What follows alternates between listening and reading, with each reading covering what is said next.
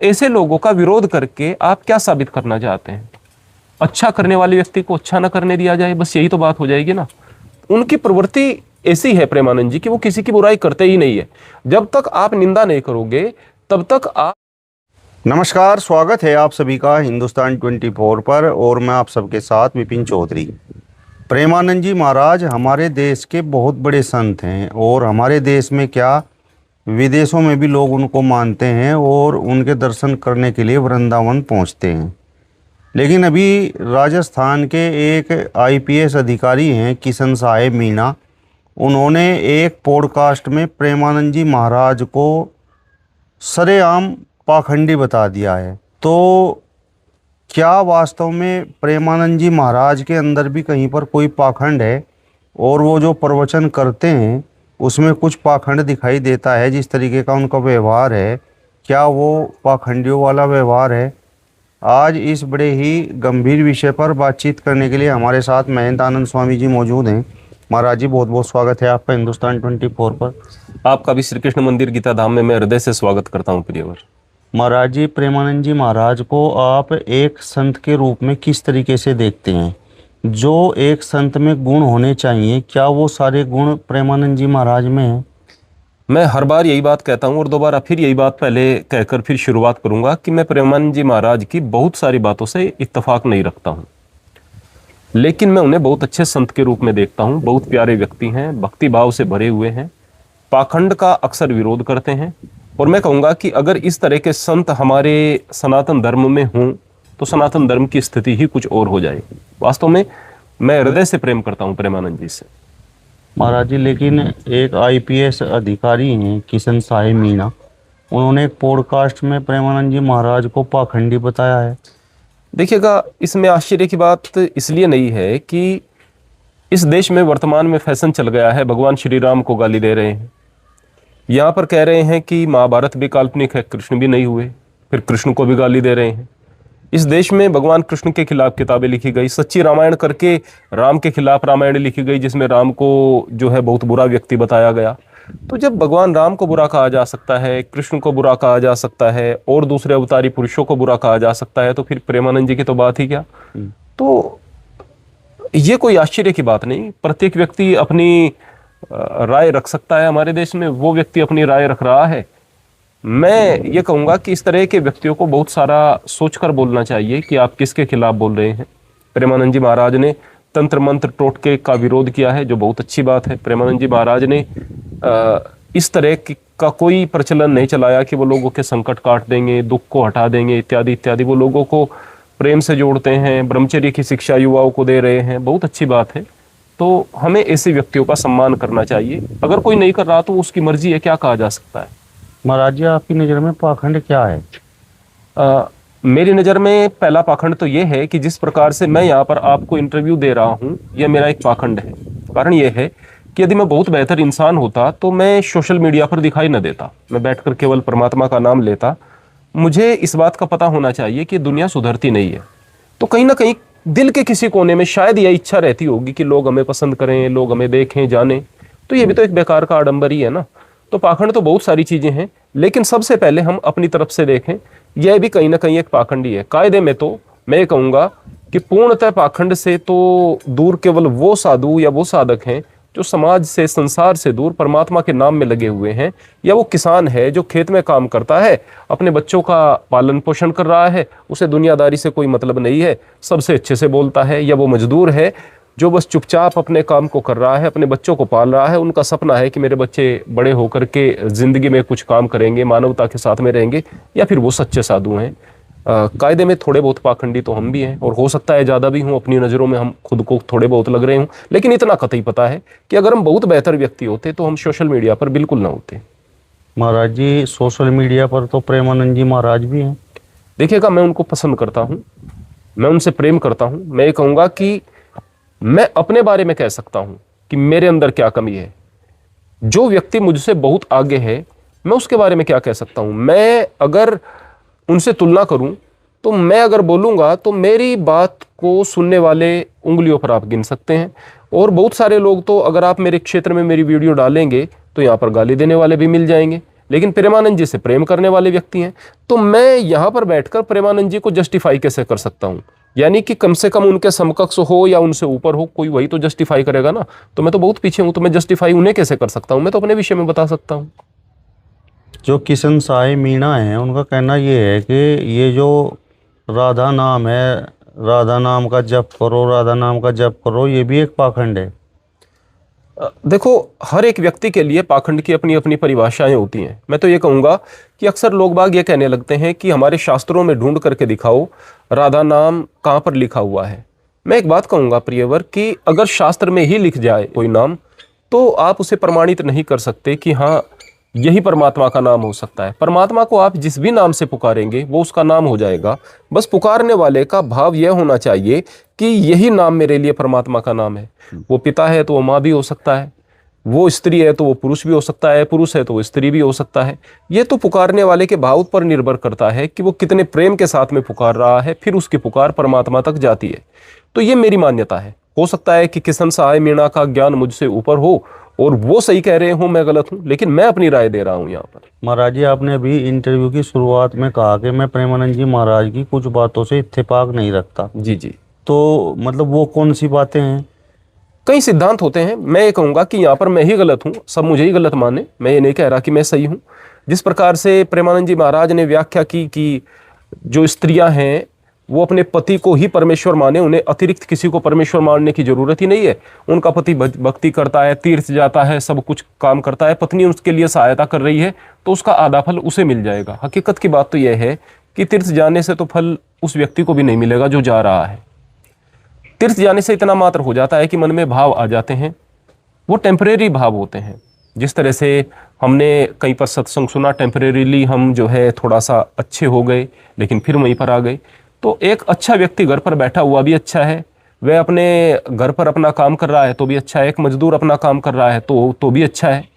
वो कहीं नहीं जा पा रहा तो भी अच्छा है। ऐसा थोड़ा ही है कि हज करने से ही कोई व्यक्ति पक्का मुसलमान बनेगा या तीर्थ जाने से ही कोई पक्का हिंदू बनेगा। और फिर ऊपर से है बात कि पति को ही परमेश्वर माने। परमेश्वर तो नहीं माना जा सकता खैर किसी को। मैं ये कहूँगा कि पति ठीक है, पति का सम्मान पत्नी करे और पत्नी का सम्मान पति करे, पर परमेश्वर मानना। और फिर इन टोटल जो ये बात थी, इसमें कुछ ऐसा बात दिख रहा था कि पत्नी पीछे है थोड़ा और पति आगे है। मैं ये कतई नहीं मानता। मैं कहूँगा कि दोनों एक साइकिल के दो पहिए हैं, दोनों हमारे दो पैरों की तरह से है, जो इस शरीर को कई मंजिल तक पैर लेकर के जाते हैं। इसी तरह से हमारे आत्मा को, हमारे जीवन को, हमारे सूक्ष्म शरीर को पति पत्नी आपस में मिल करके बहुत आगे तक लेकर जा सकते हैं और मुक्ति तक लेकर के जा सकते हैं। पति पत्नी का वह संबंध है जो दुनिया का सबसे पहला संबंध माना जाता है। उसी से माँ बनी, उसी से दूसरे रिश्ते बने। हम एक दूसरे के साथ सम्मान से रहें, कोई छोटा नहीं भाई, कोई बड़ा नहीं। एक तो मेरी ये मान्यता। दूसरी बात ये भी कि जैसे वो शिव महापुराण की एक कथा सुना रहे थे, उसमें बता रहे थे कि एक चोर ने आकर के प्रकाश कर दिया मंदिर में, यानी कि चोरी के नजरिए से कि चोरी मुझे करनी है मंदिर में, अंधेरा था तो उसने अपने कपड़े जला दिए। अब भगवान शिव उनसे प्रसन्न हो गए कि तूने मेरे मंदिर में प्रकाश किया है, और फिर उनको कुबेर बना दिया गया, उनको जो है धन का देवता बना दिया गया, केवल कपड़े जला करके प्रकाश करने से। यानी केवल चोर जिसका भाव भी नहीं है, जिसका भाव नहीं है कि मुझे भक्ति करनी है, जिसका भाव नहीं है कि मुझे जो है भगवान शिव को प्रसन्न करना है, भाव उसका नहीं है, इरादा उसका नहीं, इरादा उसका चोरी का है, केवल कपड़ा जलाने से भगवान ने उसको कुबेर बना दिया। तो फिर भगवान शिव कितनों को कुबेर बनाएंगे? बहुत सारे लोग तो बड़ी श्रद्धा के साथ में दीपक जलाते हैं, बहुत श्रद्धा के साथ पूजा करते हैं। अभी कल सोमवार था, पूरा गांव हमारा यहाँ पर मंदिर में पूजा करने को आता है, बड़ी श्रद्धा के साथ में पूजा करते हैं, सुबह शाम लोग बाग आते हैं। तो वो श्रद्धा के साथ पूजा कर रहे हैं, फिर तो कितने सारे कुबेर हो जाएंगे इस तरह से। या फिर श्रद्धा के साथ पूजा करने वाले को नहीं बनाएंगे, केवल चोर को बनाएंगे। तो ये बातें मेरे गले से नहीं उतरती हैं। हो सकता है कि मैं गलत हूँ, हो सकता है कि प्रेमानंद जी यहाँ पर सही हूँ। मैं ये नहीं कह रहा कि मैं सही हूँ, मेरे गले से नहीं उतरती हैं, बस मैं ये कह रहा हूँ। लेकिन इन सारी चीज़ों के बावजूद प्रेमानंद जी एक बहुत अच्छे व्यक्ति हैं, बहुत अच्छे भक्त हैं और बहुत अच्छे साधक हैं। मुझे अच्छा लगता है सनातन में इस तरह के लोग हैं। इस तरह के लोग सनातन में होंगे तो सनातन का विकास होगा। महाराज जी, आपने कई इंटरव्यू में ये बात कही है कि भाई जहाँ भीड़ होती है तो वहाँ कहीं ना कहीं पाखंड जरूर होता है। तो भीड़ तो प्रेमानंद जी महाराज के यहाँ पर भी बहुत है। देखिएगा प्रियवर, एक बार भगवान बुद्ध से आनंद ने पूछा कि भगवान मुझे यह बताइएगा कि हमारे आसपास भीड़ नहीं होती है, और जो इधर उधर की बातें बताते हैं उनके पास में बहुत ज़्यादा भीड़ होती है। तो बुद्ध ने उत्तर दिया था कि आनंद बुद्धिमानों की और विद्वानों की उनके स्थानों पर कभी भीड़ नहीं होती, और जहाँ भीड़ होती है वहाँ प्रत्येक व्यक्ति बुद्धिमान हो, ये जरूरी नहीं है। ये बात मैं उनकी बात कह रहा हूँ। और मैंने ये थोड़ा सा महसूस भी किया है कि यदि आप नंगा सच लोगों को बताना शुरू कर दोगे तो लोगों को हजम नहीं होगा, लोग आपको गाली देंगे, आपसे दूर भागेंगे, क्योंकि आदमी के अंदर विकार इतने ज़्यादा हैं कि वो सच को स्वीकार नहीं कर पाता। और सच तो प्रियवर यही है जो मैंने बताया कि जो व्यक्ति किसी का बुरा नहीं चाहता, सबके साथ प्रेम का व्यवहार करता है और अपना काम करता है, चाहे वो मजदूर हो, चाहे वो किसान हो, चाहे वो अपना जॉब करने वाला व्यक्ति हो, उसे दुनिया से बहुत ज़्यादा मतलब नहीं है, सबका भला चाहता है, पर दुनिया अच्छी ही हो इसके लिए प्रयास नहीं करता। क्योंकि जब दुनिया के सुधार के लिए हम प्रयास कर रहे होते हैं तो अंदर एक परेशानी होती है, अरे ये लोग ऐसा क्यों कर रहे हैं, ऐसा क्यों कर रहे हैं। अरे भाई, दुनिया हमेशा ऐसी रही है, यहाँ पर हमेशा गुड एंड इविल रहे हैं, हमेशा पाप पुण्य रहे हैं, हमेशा बुरे और अच्छे लोग रहे हैं। अगर बड़े बड़े समाज सुधारक कुछ नहीं कर पाए तो हम ही क्या कर लेंगे। हकीकत की बात यह है कि इनके चक्कर में हम खुद का भी अपना जीवन खराब कर लेते हैं, हमारे अंदर भी अशांति होने लगती है। तो दुनिया में यदि हम दूसरों को ठीक करने के चक्कर में खुद खराब होते रहेंगे, दुनिया खराब हो जाएगी। और प्रत्येक व्यक्ति अगर खुद को संवार लेगा, खुद को ठीक कर लेगा, पूरी दुनिया ठीक हो जाएगी। अगर हम किसी भी प्रकार से लोगों के संपर्क में बहुत ज़्यादा आते हैं तो ये आध्यात्म में बाधा होती है। अगर इसको हम योग सूत्र के नज़रिए से कहें तो यह कहा जाता है कि लोक संपर्क एक योगी के लिए विष के समान होता है। योगी जितना ज़्यादा एकांतवास में रहे उतना ज़्यादा बेहतर होता है, और परमात्मा प्राप्ति के लिए यही बेहतर है। दुनिया नहीं सुधरती भाई, आप कितना अच्छा जिसके लिए कर लो, चाहे किसी के लिए कितना अच्छा कर लो। आप दलितों के लिए बहुत अच्छा बोलना शुरू कर दो, अच्छी बातें उनके लिए कहो, लेकिन जो गलत कर रहे हैं बस उसको गलत कह दो, ये दलित गाली देने लगेंगे, आपको अपना दुश्मन मान लेंगे। आप इस्लाम के खिलाफ बोलना शुरू कर दो केवल उस बात के लिए जो कि मुसलमानों की गलत बातें हैं, तो कहेंगे ये आदमी कहाँ का अक्ल लेकर के आया, ये हमें इस्लाम के बारे में सुख सिखाएगा।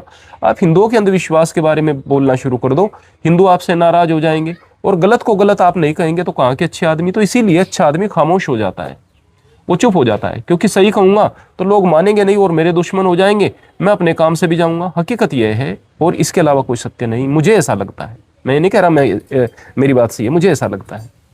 महाराज जी, क्या प्रेमानंद जी महाराज वास्तव में बहुत बड़े ज्ञानी हैं, या फिर लोगों की सहानुभूति उनके साथ जुड़ गई है? जिस तरीके से वो बीमार हैं और बीमारी के बावजूद वो जी रहे हैं, और उनसे जुड़ने वाले लोग एक तरह से ये चमत्कार मान रहे हैं कि भाई इतनी बड़ी बीमारी है और फिर भी महाराज जी रहे हैं। देखिएगा प्रियवर, मैं आपको एक बात बताऊं कि फिर वही बात मैं कहूँगा कि मैं उनसे हर चीज़ में पीछे हूँ। उनका शास्त्रों का ज्ञान भी मुझसे ज़्यादा बेहतर है, मुझसे अच्छा वो बोलते हैं। खैर अच्छा बोलते तो इसलिए नहीं कहूँगा, मैं बोलता अच्छा नहीं हूँ, मुझे पता है मैं अच्छा बोलता नहीं हूँ। मैं केवल दिल की बात धड़ाक से कह देता हूँ, मुझे बोलना आता ही नहीं, यही मेरे बारे में बात कही जाती है। मैं दिल की बात धड़ाक से कह देता हूँ। लेकिन मैं जब भी प्रेमानंद जी को सुनता हूँ, उनके बोलने में एक कशिश होती है, कुछ बात है, उनकी आवाज़ में बात है, उनकी वाणी में बात है, उनकी जीवन शैली में बात है, उनका ज्ञान भी बहुत अच्छा है। तो जाहिर सी बात है कि जो हमसे बहुत आगे की लोग हैं, हम उनके बारे में क्या कहें। तो निश्चित रूप से वो ज्ञानी तो मुझे तो लगते हैं। महाराज जी, IPS किशन साय मीणा जो राजस्थान में IG रैंक के अधिकारी हैं, वो वर्दी पहनकर पॉडकास्ट में बैठे हुए हैं और वहाँ पर देश के इतने बड़े संत के बारे में ऐसी बातें कर रही हैं, तो क्या ये कानून सम्मत है? देखिएगा, कानून के बारे में तो जानकारी मैं ज़्यादा इसलिए नहीं रखूँगा, थोड़ी बहुत जानकारी मुझे है, बट बहुत ज़्यादा जानकारी इसलिए नहीं क्योंकि मैं LLB का स्टूडेंट नहीं रहा और बहुत ज़्यादा कानून पढ़ा भी नहीं है। लेकिन मैं यही कहूँगा कि जो देश के लिए और समाज के लिए अच्छा कर रहा है, जिसकी वजह से लोगों के जीवन में खुशियाँ आ रही हैं, जिसका चरित्र खुद का बहुत बढ़िया है, यानी प्रेमानंद जी के चरित्र पर उन्होंने उंगली नहीं उठाई, उन्होंने यह नहीं कहा कि वो हुक्का बीड़ी पीते हैं, सिगरेट पीते हैं, सुल्फा पीते हैं। नौजवान उनके बताए गए रास्ते से सच्चाई के रास्ते पर चल रहे हैं, ब्रह्मचर्य के मार्ग पर चल रहे हैं, लोगों के घर बस रहे हैं। तो ऐसे लोगों का विरोध करके आप क्या साबित करना चाहते हैं? अच्छा करने वाले व्यक्ति को अच्छा ना करने दिया जाए, बस यही तो बात हो जाएगी ना। तो मैं ये कहूँगा कि हम अपनी प्रसिद्धि के चक्कर में अगर वो लोग जो कि समाज के लिए अच्छा कर रहे हैं उनका विरोध करते हैं तो वो बात अच्छी नहीं होती। मैं तो मीणा जी से यही कहूँगा, मैंने उस पॉडकास्ट को नहीं सुना, उस व्यक्ति को नहीं देखा, आपसे ही उनके नाम को सुन रहा हूँ। इत्तफाकन मेरे सामने नहीं आई है उनकी कोई बात, लेकिन मैं तो इतना ही कहूँगा कि ये चीज़ अच्छी नहीं है। कानून की दृष्टि में ये कितना सही है कितना गलत ये मैं नहीं कह सकता। महाराज जी, सनातन धर्म में कई ऐसे संत हैं जिन्हें मुस्लिम समाज के लोग भी बहुत पसंद करते हैं, उनके विचारों को पसंद करते हैं। मैंने कई आपके इंटरव्यू किए तो मुस्लिम समाज के लोगों ने आपकी भी बहुत सराहना की, और मुस्लिम समाज के लोगों में प्रेमानंद की किस तरीके की मान्यता है वो भी आपने सोशल मीडिया पर ज़रूर देख लिया होगा। किडनी अगर देने की बात आई तो कई मुस्लिमों ने आगे आकर कहा कि भाई हम प्रेमानंद जी महाराज को किडनी देने के लिए तैयार हैं। तो मतलब क्या संत को ऐसा ही होना चाहिए, जबकि हमारे देश में कई संत ऐसे भी हैं जिन्हें दूसरे धर्म के लोग गालियां भी देते हैं। देखो, दो तरह की बात होती है। ये चीज मुझे प्रेमानंद जी से बिल्कुल अलग करती है। जैसे कि अभी कुंभ में कुछ चीजें हुई, वहां पर आपने मुझसे इंटरव्यू के माध्यम से कुछ चीजें पूछी। वहां पर मैंने बताया कि ये लैट्रिन पेशाब खाने की बात करने वाला ये साधु बढ़िया नहीं हो सकता है। मैंने यह बताया कि ये कांटों पर पड़ा है, डमरू बजा रहा है, इसमें कोई बड़ी बात नहीं है, ये चीज़ें बढ़िया नहीं होती। मैंने यह भी बताया कि एक व्यक्ति हाथ ऊपर किए खड़ा है और वो व्यक्ति समाज के लिए अच्छा कुछ नहीं कर रहा, वो कोई साधना नहीं कर रहा, तो ये चीज़ें हो गई निंदा करने वाली प्रवृत्ति। भले ही मुझे ऐसा लगता है कि मैं गलत चीज़ को बुरा कह रहा हूँ, मुझसे तो कोई पूछेंगे तो मेरा स्वभाव है मैं उसको बुरा ही कह दूंगा। अब प्रेमानंद जी के पास में वही व्यक्ति जाते हैं जिसने हाथ ऊपर किया हुआ है, वो कहते हैं कि देखो भाई कितने बड़े साधक हैं, देखो ये कितनी, हमारा तो 2 मिनट अगर हाथ 15 मिनट ऊपर करें तो दर्द करने लगता है, इनकी कितनी बड़ी साधना है। वो उनकी तारीफ कर रहे हैं, उनका सम्मान कर रहे हैं, तो ये चीज़ उनको मुझसे बहुत बेहतर बनाती है। वो लैट्रिन पेशाब खाने वाले व्यक्ति हैं, वो भी उनके पास में जाते तो उनकी भी तारीफ ही करते। वो कहते देखो भाई ये कितने किसी चीज़ में फर्क ही नहीं कर रहे, वो किसी की भी बुराई नहीं करते। जो व्यक्ति किसी की भी बुराई नहीं करता तो उसको समाज में पसंद किया जाता है। कुछ मेरे जैसी प्रवृत्ति के लोग होते हैं, वो व्यक्ति हर वक्त गाली ही खाएंगे, जो बुरे को बुरा कह देंगे या फिर जो उन्हें बुरा लगता है उसको बुरा कह देंगे। अब क्या पता वो आदमी मुझसे बेहतर हों जो इस तरह से लैट्रिन पेशाब खाने वाले हैं, लेकिन मुझे बुरा लग रहा है, मैंने बुरा बोल दिया। तो मैं कहूँगा कि उनकी प्रवृत्ति ऐसी है प्रेमानंद जी की, वो किसी की बुराई करते ही नहीं है। जब तक आप निंदा नहीं करोगे तब तक आप दूसरों की नज़रों में बुरे बनोगे ही नहीं। तो यह प्रवृत्ति उन्हें महान संत बनाती है और यह प्रवृत्ति मुझसे बहुत अलग उन्हें करती है। तो हम जैसे लोग जो हैं वो निंदा की तरफ चल पड़ते हैं, वो लोग गुणों को देखते हैं, और कई बार गुण भी ना देखें तो वो लोग फिर भी सामने वाले की तारीफ करते हैं। यह उनकी बात विशेषता वाली है। चलिए, तो महंतानंद स्वामी जी को आपने सुना। फिलहाल इस वीडियो में बस इतना ही। अगली वीडियो में फिर आपसे मुलाकात होगी, तब तक बने रहिए हिंदुस्तान 24 के साथ। नमस्कार।